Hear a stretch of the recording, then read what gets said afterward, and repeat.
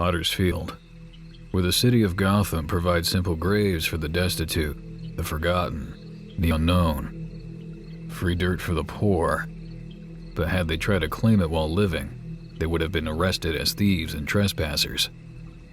As suspected, a number of graves have been gutted. But it had nothing to do with grave robbers, and the victims number more than 4. Also as suspected, no one seems to have noticed the missing dead.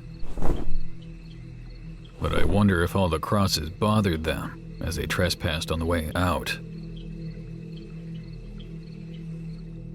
The courtyard is still a dead end. I overlooked nothing. No way out. No possible means of escape, except as a bat. Or mist.